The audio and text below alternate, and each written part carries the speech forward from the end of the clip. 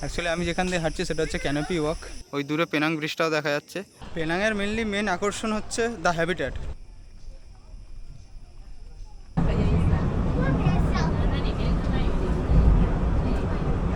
এখান দিয়ে পুরো মালাক্কা স্ট্রিটটা দেখা যাচ্ছে, মানে মালাক্কা প্রণালীটা এখান থেকে দেখা যাচ্ছে পুরো। Good morning from Penang. Malaysia এটা আমার 7ম দিন আর পেনাংয়ের 2য় দিন। আজ আমি বেরিয়েছি পেনাংয়ের সবথেকে উঁচু জায়গা দেখতে। অ্যাকচুয়ালি এই জায়গাটা দেখার জন্যই আমি এসেছি, যেটা হচ্ছে পেনাং হিল। পেনাং হিল আমার হোস্টেল থেকে মোটামুটি 8.5 কিলোমিটার। এখান থেকে তো গ্র্যাব নিয়ে যাওয়াই যায়, কিন্তু এখনও পর্যন্ত আমি কোনো রকম গ্র্যাব অ্যাভেল করিনি, আর এবারও করার ইচ্ছা নেই। ইচ্ছে আছে এখান থেকে বাস নিয়ে যাওয়ার। পেনাংয়ের জর্জটাউন শহরে কিন্তু ফ্রি বাস আছে, কিন্তু জর্জটাউন থেকে বাইরে যেতে গেলে বাস ভাড়া দিতে হয়। তো এখন আমি যাচ্ছি সেই বাস স্ট্যান্ডে। বাস নাম্বার হচ্ছে 204। মানে গুগল ম্যাপে আমি মেরেছি যে আমি ওখানে যাব, আমাকে ডাইরেক্ট দেখিয়ে দিয়েছে যে 250 মিটার হাঁটো, তারপরে বাস স্টপে দাঁড়াও, তারপরে 204 নম্বর বাস ধরো, একবারে তোমাকে নামিয়ে দেবে। সকালের টাইম, আর এখন সময় হচ্ছে 9টা। সকালবেলা ব্রেকফাস্ট করেই বেরোলাম। আমি কোন হোস্টেলে আছি সেটা আমি একটা ছোট ভিডিও বানিয়েছি, যেটা আমার চ্যানেলের শর্টসে দেখতে পারবেন। মজাদার বিষয় হচ্ছে আমি পাহাড়ে ট্রেক করতে ভালোবাসি, তাই আজকেও করব, কিন্তু ওঠারটা নয়, নামারটা। ওঠার সময় এখানে একটা এক্সাইটেড ফানিকুলার রাইড আছে, যেটা আমি নেব। এই যে বাস স্ট্যান্ড, অ্যাকচুয়ালি ওই কোনাটায় আমার হোস্টেল, আর একটু এগিয়ে, ওখান থেকে এতটা হেঁটে আসতে হলো বাস। এই সামনে হচ্ছে বাস স্ট্যান্ড।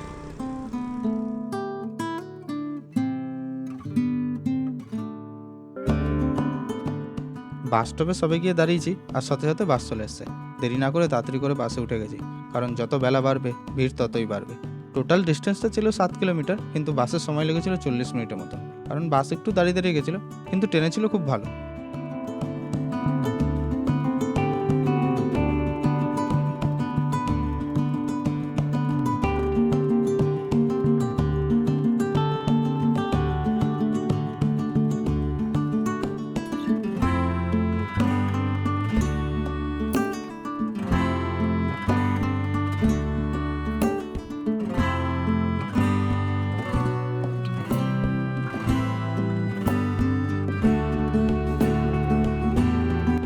বাসে 40 মিনিট রাইড করে পৌঁছে গেছি পেনাং হিলের গোড়াতে, যেখান থেকে সেই ফানিকুলার ট্রেন রাইডটা নেব।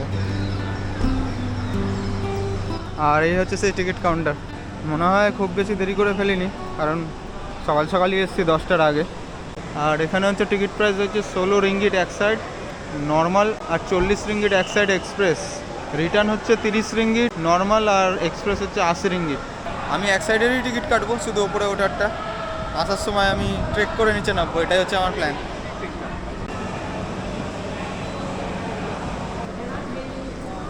One person, one side. 1%? I am only one side. Only go up. Only up. Only up. 15. Yeah. Thank Terima you. kasih. Sama. Ini ada kapal.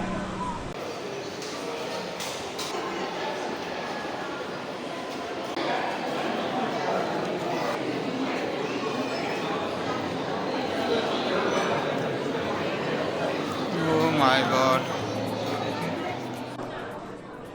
ভেবেছিলাম সকাল সকাল এসেছি, তাই এই জায়গাটা ফাঁকা হবে, কিন্তু টিকিট কেটে ভেতরে ঢোকার পর দৃশ্যটা পুরো চেঞ্জ হয়ে গেল।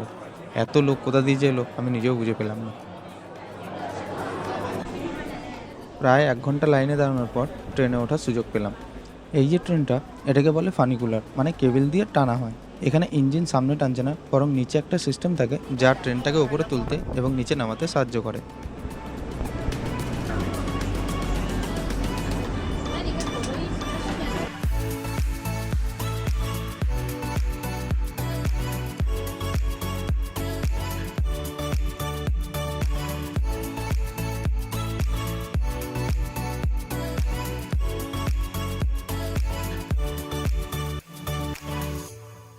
এই রেলওয়েটা প্রথম চালু হয় 1923 সালে, তখন ব্রিটিশ শাসন ছিল। পরে 2010 সালে পুরো সিস্টেমটা মডার্নাইজ করা হয়।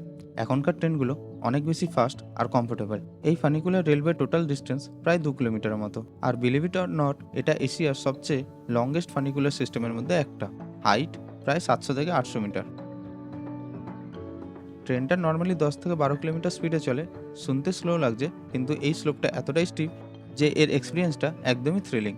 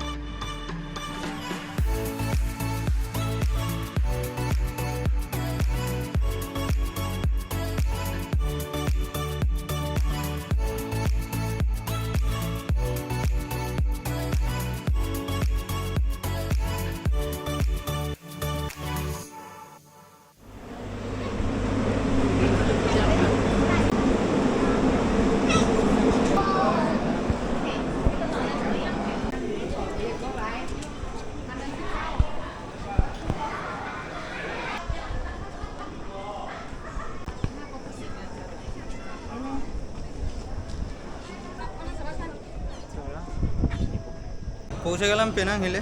অনেকগুলো রাইড করে আসতে প্রায় 1 ঘন্টা সময় লেগে গেল, যার মধ্যে মাত্র 5 মিনিট ছিল সেই রাইডটা, বাকি পুরোটাই লাইনে দাঁড়িয়েছিলাম। যাই হোক, আপার স্টেশনে পৌঁছে গেছি। আপার স্টেশনে পৌঁছেই পেছনে একটা স্কাই ওয়াক আছে, স্কাই ওয়াক দিয়ে একটুখানি হেঁটে এলাম। আর এখানে পেছনে এই যে আমার যে সার্কুলার ওয়েটিং এরিয়াটা দেখা যাচ্ছে, এখানে বাথরুম সব আছে, খুব ভালো, মানে সার্ভিস খুব ভালো। কিন্তু এই খাওয়ার জলটাই শুধু ফ্রি না।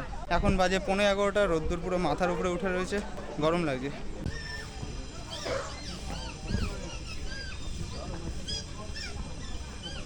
পেনাংয়ের মেন আকর্ষণ হচ্ছে দ্য হ্যাবিট্যাট, যেটা দেখার জন্য আমি এসেছি এখানে। ওটার প্রাইসটা অনেক বেশি, 55 রিঙ্গিট। এটার ব্যাপারটা হচ্ছে যে আমি যদি একদিন আগে রেড বাস থেকে কেটে নিতাম, তাহলে এটা আমার প্রায় 45 বা 46 রিঙ্গিটের কাছাকাছি যেত। 7-8 রিঙ্গিট মানে অনেক, 8 দুগুণে 16, 160-70 টাকা। কিন্তু বাঁচাতে পারলাম না, কারণ কালকে রাত্রে আমি ভুলে গেছি টিকিটটা বুকিং করতে। রাত্রির 12টা বেজে গেছে, আর সেম ডে টিকিট এখানে রেড বাস অ্যালাউ করে না। যেদিন এখানে আসা হবে তার একদিন আগে টিকিট কাটতে হবে। আমাদের নর্থ বেঙ্গলের রিসোপে একটা ক্যানোপি ওয়াক আছে, আমি একবার গেছিলাম তো সেটা ঘুরে দেখতে পারিনি, কারণ ওটা বন্ধ ছিল। আর আজ বিদেশে এসে সেরকমই একটা ক্যানোপি ওয়াক দেখবো। একটু প্রাইসটা বেশি হলেও এইটাই দেখার জন্য এখানে এসেছি। আর একটা মেন অ্যাট্রাকশন হচ্ছে এইটা, কোনো মহারাজার মাথার মুকুট যেরকম হয় সেই ধরনের বানানো, তার উপরে হেঁটে ঘুরে বেড়ানো যায় এবং ফরেস্টটা এনজয় করা যায়। অলরেডি জঙ্গলের মধ্যে চলে এসেছি, ঝিঝি পোকার ডাক শোনা যাচ্ছে, জায়গাটা খুব সুন্দর।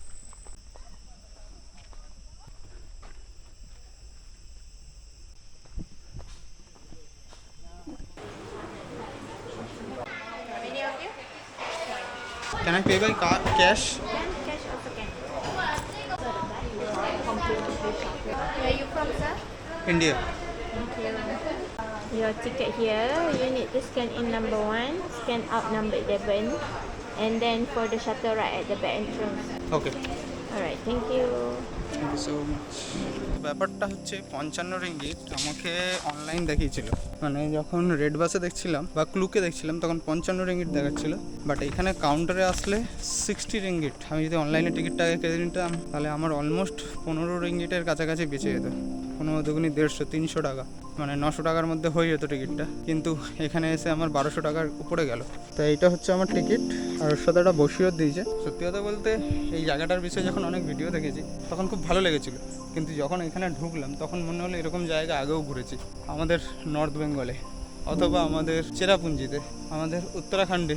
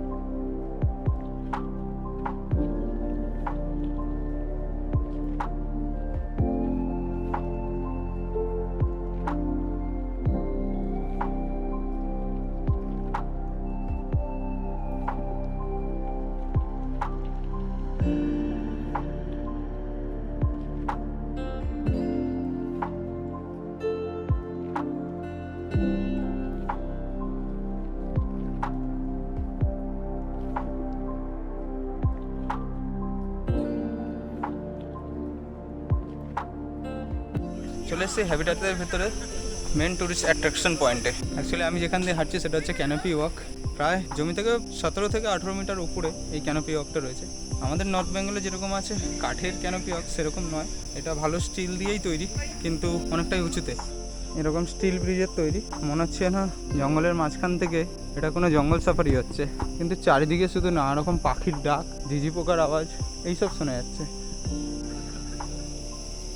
সত্যি কথা বলতে এখান থেকে পুরো মাটি আমি দেখতে পাচ্ছি না, হয় গাছের পাতায় অনেকটা ঢেকে রয়েছে আর না হলে অনেকটাই নিচু। পেনাং হিলের মধ্যে সবথেকে বড় মেন অ্যাট্রাকশন এটাই, যেটা আমি আগেও বললাম। এখানে রয়েছে শত শত বছরের পুরনো গাছপালা, অনেক কিছু হারবালও পাওয়া যায় এখানে। আর এই ক্যানোপি ওয়াকটাই এখানে মেন ট্যুরিজম স্পট, নেচারের কোনো ক্ষতি না করে নেচারের মধ্যে দিয়েই বানিয়েছে। আমাদের মতন ভারতীয়দের কাছে বাজেটটা একটু বেশি টিকিটের দামটা, কিন্তু একবার আসাই উচিত। যারা নেচার ভালোবাসে, যারা প্রকৃতিকে খুব কাছ থেকে দেখতে যায়, জঙ্গলের মধ্যে ঘোরাঘুরি করতে যায়, তাদের একবার আসা উচিত।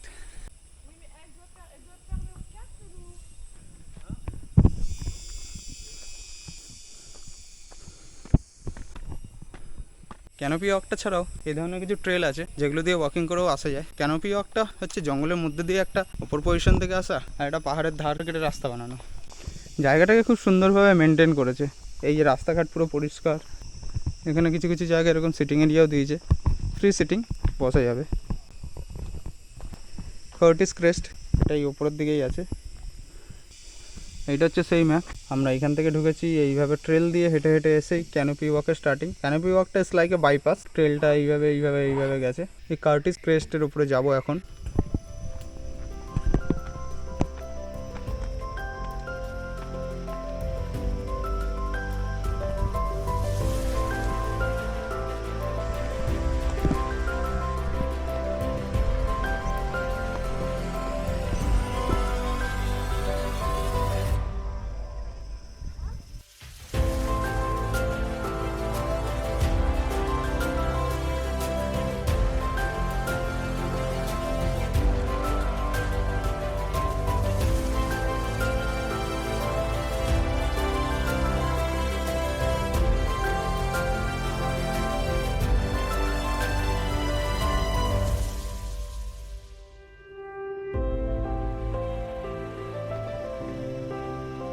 খুব ভালো লাগছে জায়গাটা, মানে আমি যেরকম পছন্দ করি সেরকম।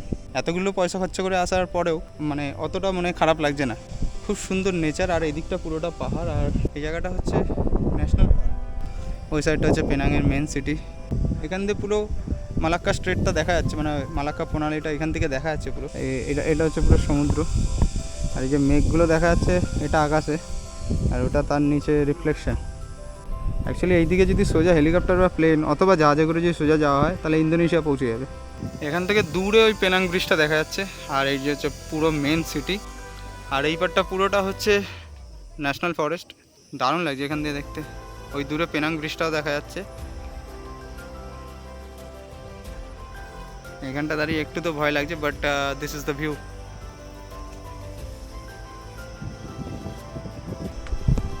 এখানে যে ওয়াকিং পাথটা আছে সেটা কিন্তু একদম ট্রান্সপারেন্ট জালের উপরে, এতক্ষণ আমি দেখিনি। এবার নিচের দিকে তাকিয়ে সত্যিই ভয় লাগছে, মানে এটা কম উঁচু নয়।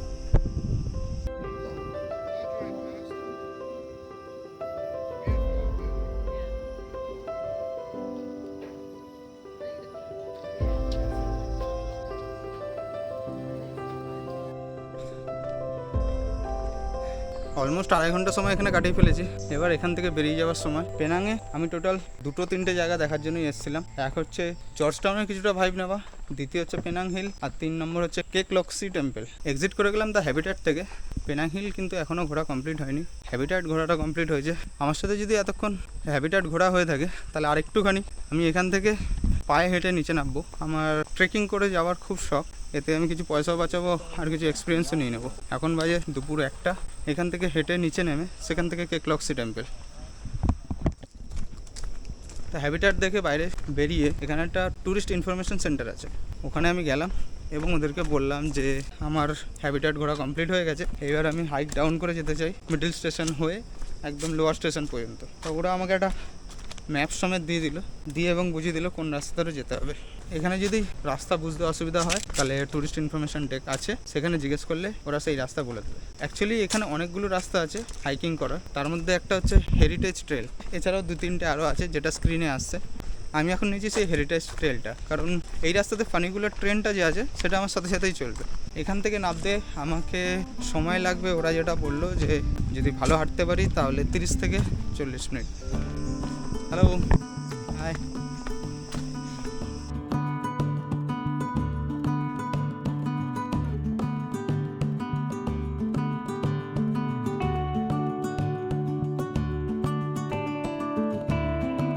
এতক্ষণ ওই ওপরের জায়গাটা থেকে আসছিলাম, ওটা ছিল বাইপাস এ, এরা এখানে বাইপাথ বলে। বাইপাস এ হয়ে আবার এখান থেকে গেলে মেন রোড ধরে নিতে হবে, কিন্তু ওয়াকিংয়ের জন্য এরকম নিচে একটা রাস্তা চলে গেছে, এটা হচ্ছে বাইপাথ জি, সেটা ধরতে হবে। রাস্তার অবস্থা তো হেভি।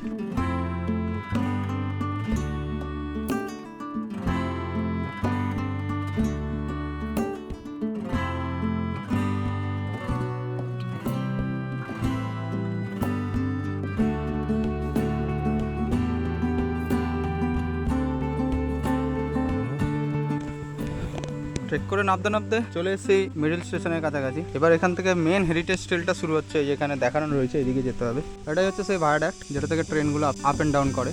এই ম্যাপে দেখে নিলাম কোন দিকে যেতে হবে। হাঁটতে ভালোই লাগছে, আর যেহেতু এটা আমি নিচের দিকে যাচ্ছি সেই জন্য কষ্টটাও খুব একটা নেই, শুধুমাত্র এই রোদ্দুরটা ছাড়া।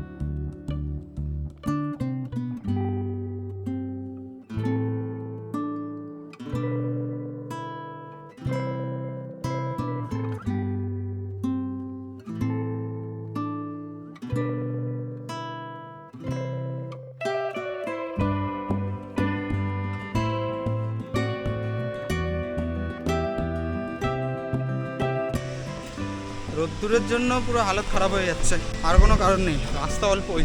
মোটামুটি লোয়ার স্টেশনের কাছে চলেই এসেছি। এই হাইকটা খুব মজাদার ছিল, এটা একটুখানি যদি সকাল সকাল করা যায় তাহলে ভালো, কিন্তু এই ভরা দুপুরে একদমই নট রেকমেন্ডেড। এই ওপরে পাহাড় ছেড়ে এবারে একেবারে নিচের দিকে চলে এসেছি। এবার রোড যেহেতু দেখতে পেয়েছি তার মানে আর কোনো সমস্যাই নেই। এখান থেকে সোজা নিচে স্টেশনের দিকে যাব, নাকি গুগল ম্যাপে দেখে নেবো কেকলক্সি টেম্পল কত দূর এখান থেকে। যদি সামনে কাছে হয় তাহলে হেঁটেই মেরে দেবো। চলে এসেছি একদম নিচের দিকে। এখান থেকে রাস্তা একটা ছোট্ট ডিটোর নিয়েছি, যেখানে আমাকে বটম স্টেশনটা আছে তার সামনে না বের করে একটু আগে বের করেছে। আমি বসে আছি বাস স্ট্যান্ডে, ওইদিকে সোজা গেলেই কিছুক্ষণ মাত্র 200 মিটারের মধ্যেই হচ্ছে সেই ডাউন স্টেশন, মানে সেই লোয়ার স্টেশন। লোয়ার স্টেশনের ওইদিকে না গিয়ে জাস্ট এই গলিটা দিয়ে বেরোলাম, বেরিয়ে এখানে এসে এখন বসে আছি। খুব রোদ্দুর, খুব গরম লাগছে, এই জন্য একটু রেস্ট নিই। যাক, এটা ছিল আমার পেনাংয়ের হ্যাবিটাট হিলের ঘোরার ভিডিও। যারা আর্লি মর্নিং বা লেট ইভিনিংয়ে ট্রেকিং করার কথা ভাবছে তাদের জন্য ঠিক আছে, বাট যারা দুপুরবেলার দিকে ট্রেক ডাউন করবে বা ট্রেক আপ করবে তাদের জন্য একদম অ্যাডভাইজারি নয়। এখানে খুব কম লোকই আছে, বিশেষ করে আমাদের ভারত থেকে খুব কম লোকই আছে যারা ট্রেক আপ করে অথবা ট্রেক ডাউন করে নেমেছে। এখন আমিও সেই লিস্টের মধ্যে একজন। সময় এখন বিকাল 3:30। এইখান থেকে 1 কিলোমিটার রাস্তা হচ্ছে কেকলক্সি টেম্পল, যেটা পরের ভিডিওতে আমি দেখাবো। যাক, এই ছিল আজকে আমার পেনাং হিলের হ্যাবিটাট ঘোরার এক্সপিরিয়েন্স, যেগুলো আমি আপনাদের সবার সামনে রাখলাম। ভালো লাগলে অবশ্যই লাইক করে যাবেন যদি শেষ পর্যন্ত ভিডিওটা দেখে থাকেন, নাহলে নিশ্চয়ই একটা কমেন্ট করে যাবেন, আশা রাখছি। দেখা হবে আমার পরের ভিডিওতে কেকলক্সি টেম্পলে।